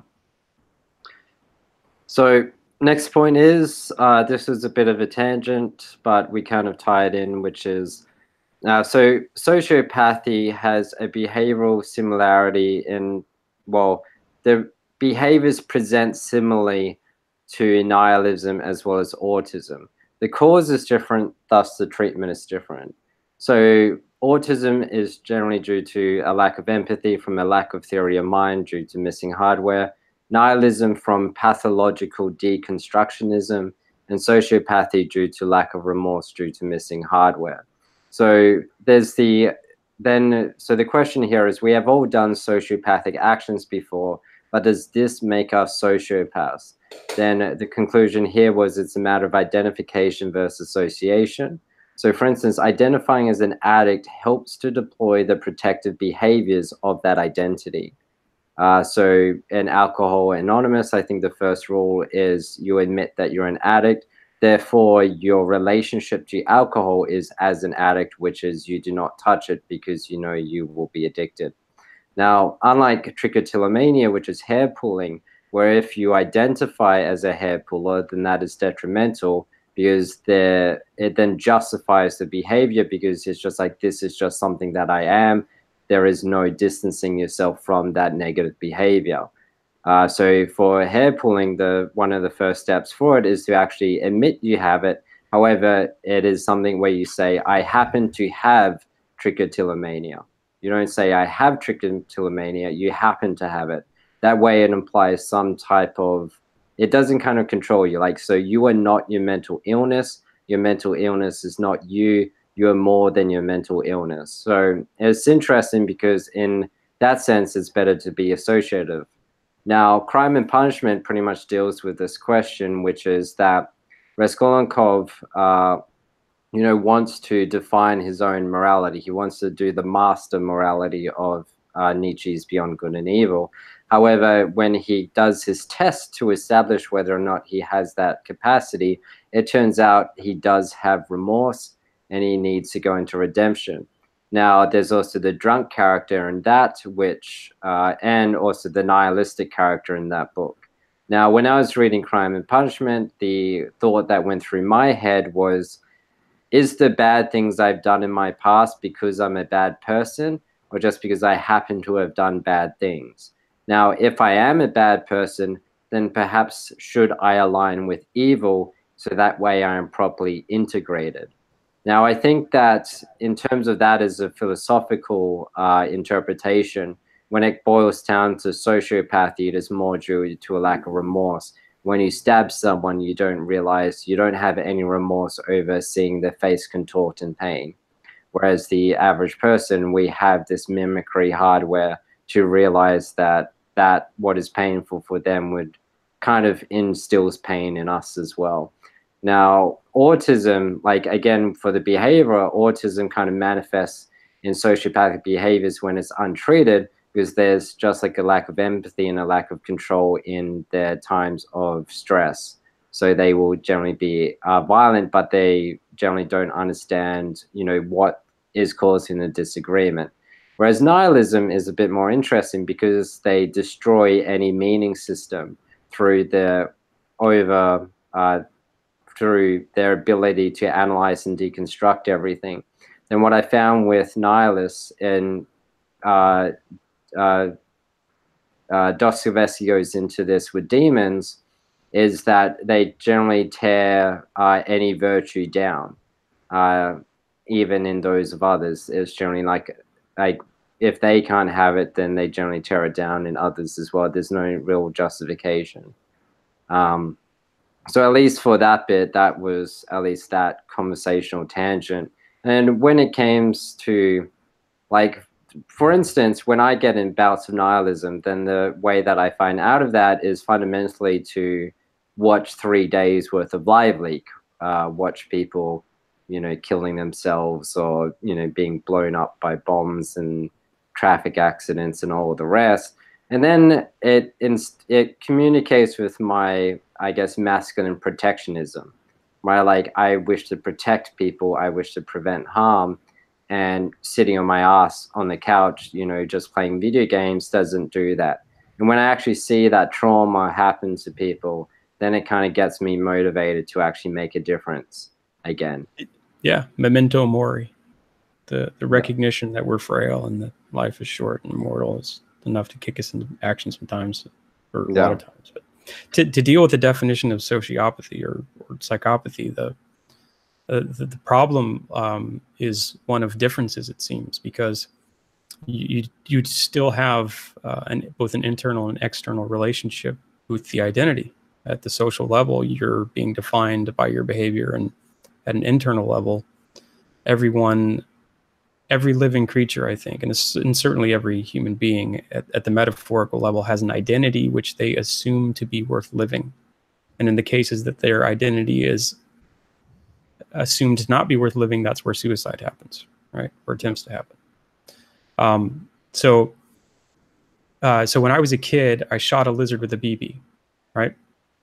And for little boys at the time, that's perfectly normal, totally normal, right? But it taught me a really interesting lesson at the time I did it. When I saw what happened to the lizard after the fact, there was an empathetic response, and it taught me a valuable lesson in life, right? And I changed the course and the way that I interacted with living creatures after that fact, right? And so I developed an identity associated with that behavior, right? But if somebody else didn't, if another little boy shot a lizard and didn't care, right? Or I learned about my in-laws. The fun used to be putting cats into burlap sacks and throwing them into the water, right? At the time, that behavior was totally normalized for those people in that rural part of Florida, right? It's not psychopathic. It's not sociopathic. But from my perspective, it is. From my perspective, it's sociopathic to do that to a cat, right? So it's the internalized representation of our identity versus the externalized social expectation of behavior that ends up defining the specific subset of sociopathy and psychopathy. There's also the part here, which is whether or not, so for instance, like with psychopathy, or psychopathy, then that's kind of comprised of Machiavellianism, narcissism, and sociopathy. Now, for those, they're all spectrums, and we all have aspects of them, but then we kind of get defined as a psychopath, or we get defined as a we get defined as a psychopath when one of those three measurements kind of becomes maladaptive in our behavior. So for instance, when that lack of remorse then becomes maladaptive, it kind of crosses a certain threshold. And then to, tie it into what you said, then that would be largely, I guess, dependent on our environment. For instance, you want sociopaths, like people higher in sociopathy in upper tiers of management in the corporate world. That seems to be where the functional ones are found. And rightfully so. Or you could consider it generals in armies, or maybe Genghis Khan would also be a good example, or the gladiators would be examples. And when you want warriors, you want people who fight and who are loyal to the cause, and fight without any indifference. That's how I like my warriors. Yeah. Whereas now we send them to prison instead of to war. But it's also, our war is now so in the drug war, organized and ordered that we don't really, even those ones are kind of put out to the fringes, whereas before war was a lot more chaotic. Yeah, that's a very, very fair point you make. It's the modernization of warfare. It's a very regimented thing, and it's an interesting aspect of it. Well, I guess things were a lot different. I guess things were a lot different when you had a non-zero chance that a ship was just going to show up one day and raid your village for no particular reason. Yeah. Well, I mean, just returning to the definitions of psychopathy and just ill behavior, the environments have produced astounding variety in what is morally acceptable, right? So you can range from the Spartan tossing of babies off of the cliffside, probably in a act of mercy, let's say, right? Because if they're deformed and not capable of living up to the harsh environment, and there's the environment shaping it, then they're getting rid of them, right? They're not strong enough. They're just going to suffer. But now that's psychopathic. You know, like no one can go to a cliff and throw their baby off. That's crazy. But it was normal then. That was accepted, required by the environment, so to speak. But if you look in the animal kingdom, you see way more, if you judge by human, psychopathic behavior, right? Way more. Well, it's interesting, you know, until relatively recently in human history, we were giving birth to a lot more people and there were a lot more deaths. So our relationship with children and value of children has changed substantially just from pure numbers. Well, all life, it seems. It seems like we're cherishing all life more and more. Like the green movement and the conservative cultivation, the stewardship of the planet Earth, right? The Gaia hypothesis, Lovelock. If that's true, why do you think that is? Why do you think it is that we're valuing life more and more? Because our capacity to perceive what is living and what life is expanding. So our capacity to emote with it. I'm not sure it's necessary our capacity is going up, because I think we've always had, you know, let's say on the assumption we'll run with that we've always had the same amount of compassion. The only difference is, let's say, you know, if you're one of 7 siblings and then 4 of them are dead, kind of thing, that really constrains who you can be compassionate towards, because the scarcity that is widespread constrains your compassion to those who can return some type of benefit to you. No, I think you're right. Our biological hardware for compassion is very old and has been roughly the same for a long time. It states this weird interplay between the limbic system and the neocortex, perhaps. But that's my point, actually, in fact, that the development of the neocortex and our development with a broader, more detailed understanding of the world allows us to more faithfully represent a metaphorical representation of living creatures in our mind, right? So a long time ago, I had no idea what a slug was. I didn't know what a slug had nerves. I didn't know that it had feelings, right? I didn't know that cats had nerves, right? I didn't know that black people were human beings, right? Like the human race has been going back and forth asking these questions. What is like me, right? What is like me? That's always what we've been asking. And so as we've seen more and more of the world, we've been able to say more and more of the world is like me, right? But then that still raises my question about like my immediate kin, and if that relationship has changed, and if so, why? So to put a point on it, it's like if a woman, say 500 years ago, would have many kids and many of them would die, would her reaction to one of her kids dying be different than a modern woman with one of her kids dying? And if so, why? I don't know if antiquity has, I would say if antiquity has anything to do with it, because I think the overlap is based more on precisely that, the value of life that you're attributing. So you even see differences in the value of life right now, right? So if you go to a conservative and ask them if it's okay to kill an unborn baby, they say no, right?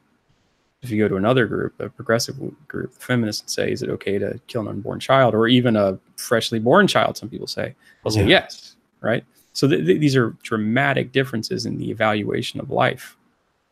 And I think that's always taking place. So you would have overlap in antiquity and in modern times. It's not necessarily to say, it seems it's more about a difference of valuation of the priority of one life over another, because to some extent the lives are equally valuable, but which, like, say for instance the abortion, the progressive argument is the life of the baby should not trump the life of the mother. So they're putting the mother or their own life higher than this what they perceive to be a parasite. Right. Well, not just their actual life, not survival, but their state of living, right? The manner in which they've grown accustomed to living. The bioethics of abortion is fascinating. I think you have to start with the question of when does a person become a person, which is a super fun question. So I think baby, human, life are the wrong categorizations. I mean, speaking for myself, I mean the right categorization is personhood, and trying to figure out when personhood starts is an interesting question. I don't think it's actually related to that. I actually think it's related to the responsible behavior of the adults. I think that's what it's related to, and whether or not there's a specific set of behaviors that leads towards cultural stability and a specific set of behaviors that does not. That's what I think. Well, the typical liberal, myself previously included in this, you know, I viewed like abortion to be completely okay because I otherized that child. And Right. the thing is that it was only until I heard Ben Shapiro raise that question that Kurt raised, which was, well, when does, you know, the child actually become a human? Or to say a person? Then to me, it's just like, well, you know, you see pictures of animals, like the maturation of an animal. For every other you know, animal there is, it starts off with the egg, and then, you know, all the stages is this animal's life cycle. Whereas for humans, for some reason, it magically happens when it's the birth. And I guess that's probably perhaps because we couldn't really chop open the mothers and take a look that much previously, maybe. But like for me, then it's just like, as soon as I realized like, oh, it's still human, then I regarded it equally and then put the onus on more responsible behaviors to avoid that catastrophe in the first place. Yeah, I draw the line at viability is where I draw the line. Because I think that's the question that I'm trying to get to is personhood. And that's where I think the logical point is. But that's just me. Yeah. Well, it's also, if it's something to be enforced or regulated, it's also about what purpose does that law serve in also causing that behavior to be reduced in the future. So, for instance, if you made it more harsh, then it would disincentivize risky behavior. At least that's one of the arguments there. I'm not sure how true that is. It's a little bit difficult to take the proposition that it is a person and it is murder, but it should still be legal because of other reasons. That's a difficult proposition to argue for. Yeah, and I really didn't intend to go down the abortion tangent, but it's a great example. Thanks for bringing in that debate. That's just great. Yeah, that's my fault. I think it's a great example of where these divergences occur in terms of the acceptable behavior in certain groups. Right. All right. Two ways to tie this discussion, not the abortion one, but the previous discussion about the sociopathy. So one of the interesting things here is earlier in this discussion, we talked about Eastern philosophy versus Western, Eastern being a bit more anarchy or collective, whereas Western to be a more ordered and individualistic. Now, in the East, when you read about the invention of war crimes, largely they were done, like, for instance, the Japanese were absolutely horrific. Like, the East didn't obey any types of regulation or mercy for the prisoners they kept. They treated the prisoners horrifically. And perhaps then maybe that is of ideological origin. Maybe that is due to the philosophies of those areas. I don't know, man. I think brutality is a really old concept that we've just kind of loved for a long time. I mean, looking at primates, other primates, seems to indicate that behavior's been around for a long time, and that in fact our truly progressive behavioral reorientation is the sloughing off of that behavior, right? The reconfiguration such that we are not as brutal as we once were. Yeah. However, like if you go back and read the Persians, right? The Persians, they had something called scaphism. I don't know if you know what that is. Would pump a guy full of honey until he vomited, and then sandwich him between two boats or inside a tree with a cigarette. I'm not denying that all across the world these things were bad. What my point is here is that the more, I guess, the Western philosophy seems like it was the Western countries that then created the war crimes, this idea of war crime and the rules of conduct like the Geneva Convention. And it seems to be largely in response to the treatment that the East did to the prisoners. Yeah, no, I think I buy that fundamentally, because when you root yourself in the community, then the individual doesn't have value, so it's a little bit difficult to contemplate a war crime. It's only when you start valuing an individual as individual that war crimes kind of conceptually make sense. So it makes sense it Yeah. would come out of the Western tradition. Well, and it also happened at a time when our media was able to capture and disseminate the information at a level that allowed the metaphorical truth of this brutality to be realized in the minds of far more people than it ever could have been before, right?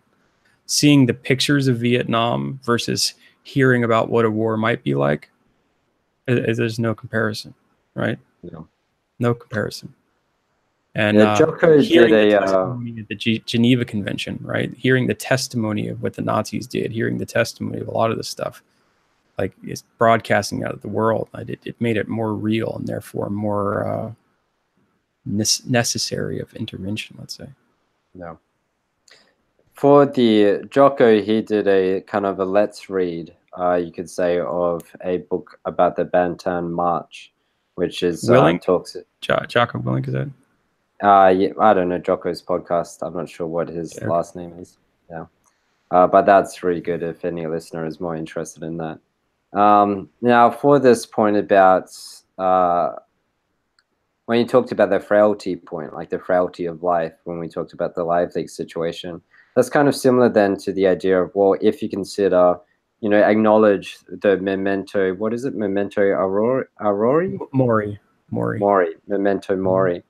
Then that then makes you have to then utilize your daytime to then, you know, do your order and protect you from the night, going back to that earlier theme of the night being the detrimental sister that takes, and the sun being the order that helps you gain the wisdom. So if you realize you're frail, then you need protection from the night. And then you actually have purpose, like you have purpose to act during the day. And to some extent, the other things that's been brought on with modern times is comfort. We can live incredibly comfortable lives where we can feasibly live on the couch and never leave the couch. We can get our food delivered to home.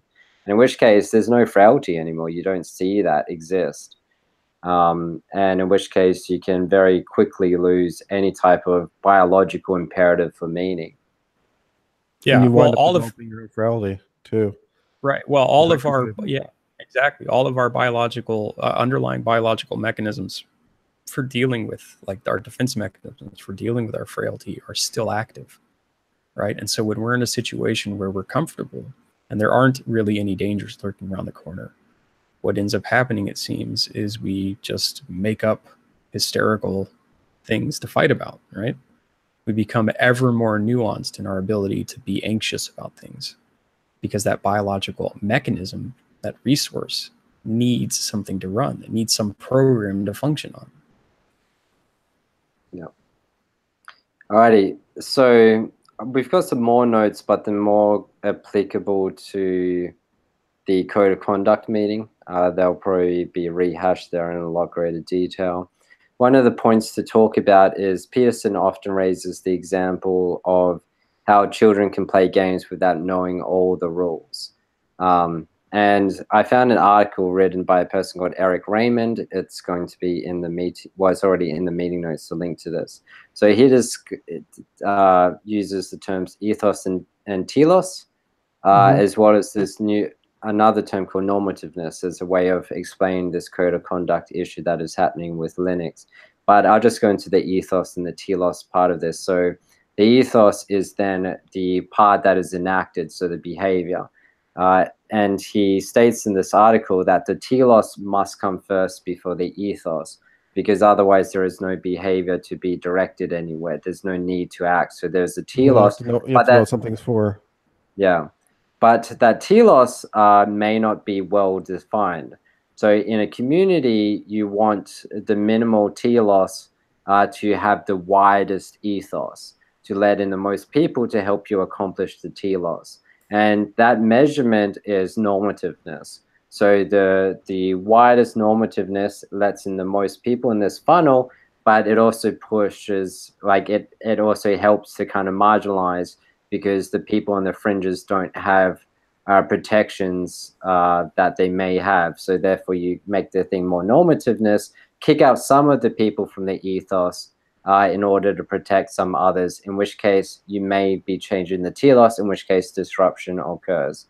But it's an interesting way to then bring in these terms that are often used in the way Peterson thinks about things, so the ethos and the telos. Okay, next note is, okay, we talked about springs, ether, mindfulness, and identity. We control our physical will actions and our mental will attention, but not really our thoughts. They arise from what seems to be an ether. Who or what is this ether? This was like a discussion about mindfulness. So for instance, when I go for a run, thoughts come into my mind without any pre-thought to warrant them. So where exactly are these thoughts coming from? What is this, who or what is placing these thoughts? Now, I can probably just keep reading on the notes. So pro-choice versus pro-life. Okay, veganism, the will, the telos of the sperm and the egg and the fetus. So this is the idea that, like, say for me, I would even consider myself as being that sperm. And to some extent, well, I guess because I'm masculine, I consider myself the sperm, right? But maybe if I was female, I'd align more with the egg. Because I wouldn't have existed if that specific sperm didn't impregnate that egg, because, that sperm was me. But then to some extent, you then have these arguments of, well, I'm also part of the ancestors as well. Like I embody this, I don't know. Yeah, well, you're both. You're both. Yeah. There's a separate line. There's a germ line and there's a somatic line, right? And your germ line is functionally immortal, or has been for the last few billion years. Right. But your somatic line is going to die. Yeah. All right. What behaviors produce better outcomes? Those should be those who are picked. Phenomenology is only the falsifiable true. Okay, John has a note about that. That explains that a bit better. Horror movies, the supernatural, the abyss. And how many dragons should you battle? As like the movies, for every one hero, thousands die. Is fighting dragons routinely a good idea? Can you always win? So Tyler knows, earlier this year, I embarked on the goal of watching horror movies once again. I stopped watching horror movies when I was a teenager because Paranormal Activity really scared the bejeebers out of me. I couldn't sleep properly for like a month or so. And I was just like, no, I've had enough of horror movies. But then I was just like, I need to do activities to level up my courage. And that seemed to be one to level up my courage. So I started embarking on watching horror movies again. And some of them still scared the bejeebers out of me, like the Babadook. Holy shit, that's a scary movie. But, after I finished watching it, after pausing it for several hours at certain bits and then reading the plot and then deciding reading the plot actually only made it worse. we had like a therapeutic talk session, didn't we? Before you went back to we had a therapeutic talk session while I had the movie pause because I didn't know. And you took a big breath and you went back. It was great. Yeah, probably scared the shit out of me. But but then it's interesting because as Peterson, through Maps of Meaning, he equates horror movies to be the vehicle of the hero battling the unknown. And the unknown in horror movies now is largely supernatural. And I think this goes back to myths, like the horrors and myths, or the stories that are told are fighting supernatural forces like dragons. And through the 90s, there was many movies about fighting dragons. But now they're all like super scary shit, like ghosts and bloody. Like, yeah. Anyway, but the dragons are super scary to other people in the same way that ghosts are scary to you. Yeah, for a dragon, you can stab.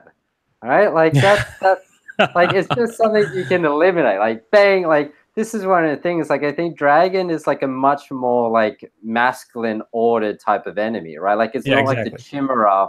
Or the shapeshifter, right? Yeah, that's it exactly. It's an externalized force that you have to control and slay in the world outside you versus battling the demons within that are manifesting themselves as ghosts. I'm not sure about that. I mean, personally, I would think either one qualifies as dragon, and the ones inside of me are at least as scary, if not more so.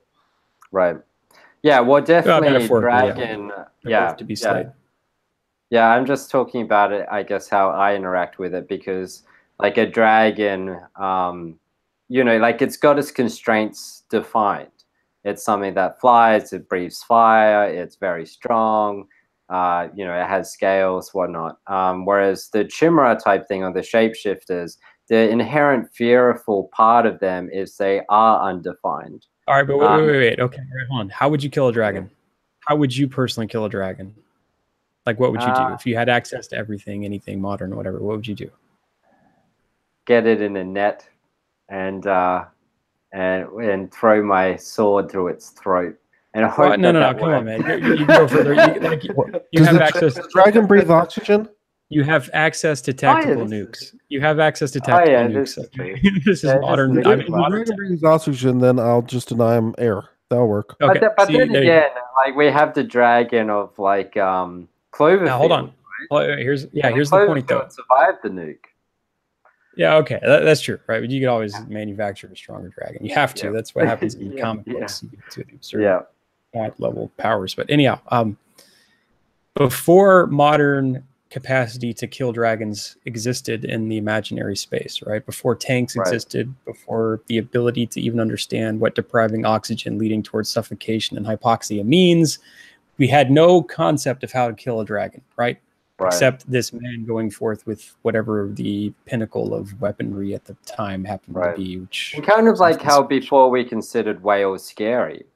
Right? Oh, yeah, absolutely. Yeah, but now when you think of it, you're like, I just hop in a tank and I could blow it up, or I could fly away from it, or it's not real, right? You have all this stuff to kind of decrease its fear. But it's probably also like perceptual, because with the dragon, in the movies, when you watch these battles, you identify with the hero.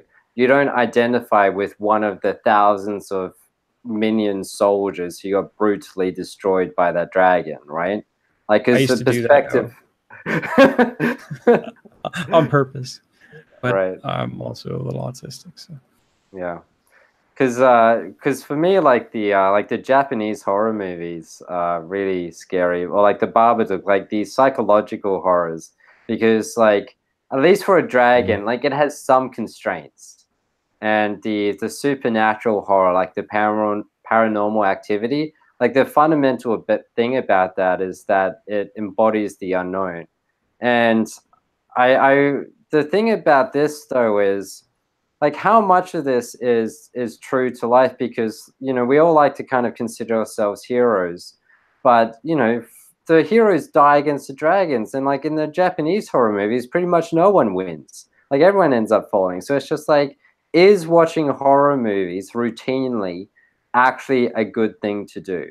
Because what happens when you encounter that one movie that does screw you over? I don't watch horror movies. I don't like them. Okay. All right.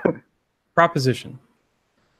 You can rank order hierarchically the perceived threats that you are both capable and incapable of dealing with in a similar manner, in an isomorphic, mappable manner, to the same way that we were talking about the centrality of, say, fatherhood, building outwards in a social onion layer of implicit identities, right?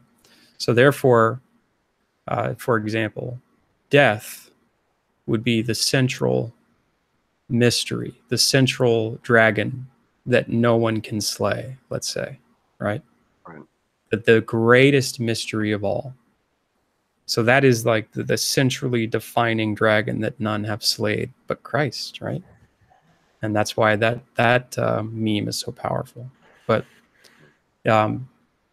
building outwards from that, you have concentric circles, let's say, of demons and beasts that have progressively become tamed by modern society. Right? When I was a child, ghosts scared the shit out of me. But I saw Ghostbusters.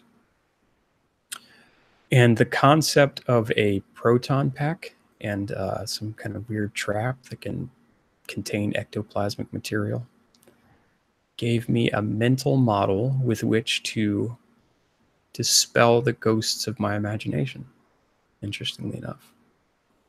And I think a lot of our education And a lot of our anxieties and a lot of our philosophizing has to do with this progressive attack that we need to do on our hierarchy of dangers that we have built up in our brains, right? So what you're saying is we need an ordering system of the level of dragon contained within a horror movie, so we can pick the dragon that we feel we can conquer. Because yeah, well, because you don't really want to be like a average Westerner and then be thrown in the middle of a war zone, right? Because then you're now confronting a dragon that is going to consume you. You'll be one of those people the dragon slaughters. Whereas, if you are a seasoned military person, then, being thrown in a war zone, you're now equipped to deal with that dragon. Right. Well, okay. The point that I was kind of hovering around, I think, in my head is that this developed evolutionarily for a reason. This capacity to visualize the dangers and then function on them. So let's take the fear of death, for instance, right? In this hierarchical rank order of threats, in the same way that we rank order identity. And interestingly enough, identity probably corresponds closely with the manner in which, or the mode in which we approach dealing with these threats, right?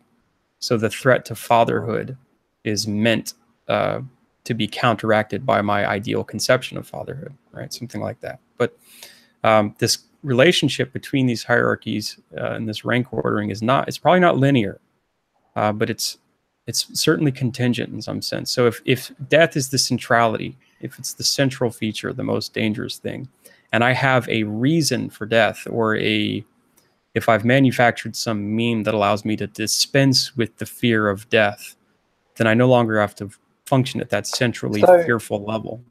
I'm not particularly sure it's death that I'm particularly fearful of, because I'm not talking about you, just generally. But because the thing that ticks me off about these supernatural horror movies is kind of like also the element of torture that they put right, pain, onto the suffering, victim, right? Exactly. And then I wonder about that, because, like, say for 1984, there's the torture scenes towards the end, and it seems, and then like the Bantan March, they talked about it as well, the torture that they kind of had to go through, and same with what is it, Man's Search for Meaning and the Gulag Archipelago. And it seems it's not so much death that they're afraid of, but the uncertainty of whether death was to come that day. Because when they had certainty about when death will come, then it was like redemption relief, like it was near bliss kind of thing. But when when the death was uncertain, like that uncertainty is really what seems to have done people in. Well, so what I'm talking about, I think, is essentially related to the concept of Nietzsche's sentiment that he who has a why can bear any how. Right. So if you're in a war situation and you have a functional mimetic defense mechanism to deal with the threat of death, you can run from foxhole to foxhole and dodge bullets, and you'd be fine with it, right? But if survival, apparently for the United States Army, the leave no man behind rule isn't necessarily so much like it seems it's more about building in the spirit of strength. Like it seems to be psychologically useful more than it is practically useful. But from that psychologically useful, then it becomes practically useful. From what I was reading on. Yeah, solidarity, cohesiveness, band of brothers, all that. Yeah, absolutely. Yeah, it makes them a stronger, more cohesive unit, right? Yeah, they care for each other, they lift each other, support each other. It's yeah, because that's kind of like then saying, in death, I know I will still have protection, kind of thing. Like, or in the face of death, I know my teammates have me, or I know that there's some brotherly force, or I know the patriarchy has my back in the face of complete uncertainty. Like that movie with what is it, Lone Sniper, I think it is, where the guy's in like Afghanistan, and all his teammates kind of die, but he kind of gets left behind. But he knows that, you know, the military will eventually come in and kind of save him. Like, you know, it's this idea that, because if you didn't have that, like you think about, you know, the way other armies have fought, then it's just like, there's no point in continuing to live, because no one is going to save you or kind of come for you. Whereas if you have that belief, then there's so much strength in believing that, you know, there's still an army behind you that is there to protect you against, you know, the great dragon. Well, to broaden the point out, I mean, that's certainly true. I think it's good, practical, and emotionally good hygiene, let's say, to believe in something valuable. But to broaden the point out, it's at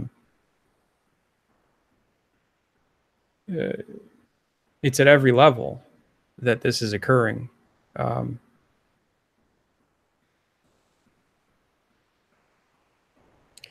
Yeah, I think I'm it's sorry. just Hold on a second. I gotta go check on my kids for a second. I think when you say at every level, it goes back to what I was saying earlier, just about our modern technology and our ability to challenge things and communicate. We're just trying to reanalyze everything on every level and trying to figure out what's going on, try to figure out where to ground it.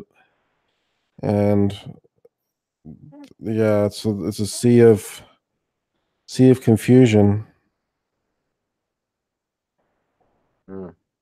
It's also like, what dragons are these things dragons? Like, are these what we call it, tests to the patriarchy or to order? Are these dragons, these unknowns? And if they are dragons, then which ones can we take on and which ones can we not? And also, which things are hydras? Like, there's this common idea when like a hero gets taken down, then that hero is actually a hydra, and then dozens more will replace them. Like, you see this with like anytime like the Pirate Bay gets taken down, and then all the comments are always just like, don't worry, it's a hydra. There'll be, you know, every torrent site that gets taken down, there'll be a dozen more to replace them, kind of thing. Like, it seems like there's strength in kind of aligning with this idea of this army or this this kind of, you know, force that can't be taken down. But then it's weird, right? Because like the suicide bomber is completely different. Like the Islamic suicide bomber, like the whole point of that is you're a lone wolf blowing yourself up. Like, it's a little bit strange. Well, my friends, I have to get up. It's October 1st, which means Happy New Year for me. So Alrighty. I have to go to work and finish it out, and then I can have my New Year's celebration. Alrighty. I'm not. Why does it? Why? I don't understand the reference. Why is October 1st? Federal government works on a fiscal year. Fiscal year ends tomorrow. Okay, cool. All right. Well then, well, happy federal government New Year. Yeah.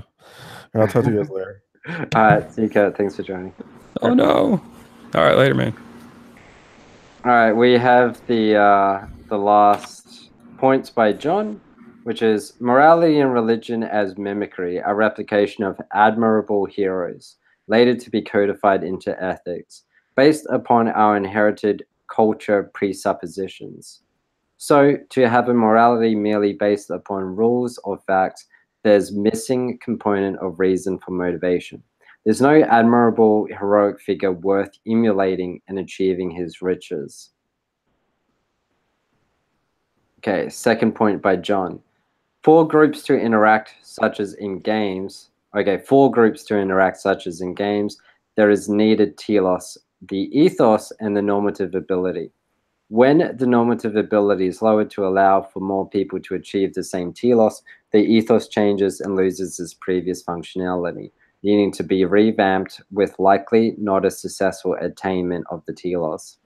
Third point, difference between a hero that is unrestrained by the morality of his culture and the evil person. So this is a point about those who are on the fringes of the ethos. Are they still heroes or are they evil? And it's harder to figure out because you don't fundamentally know from their ethos whether or not they're aligning from the same telos. And I think that's why they're kind of on the edge, because if you don't know which telos they're aiming for, how do you trust them? In which case, you know, that question kind of arises.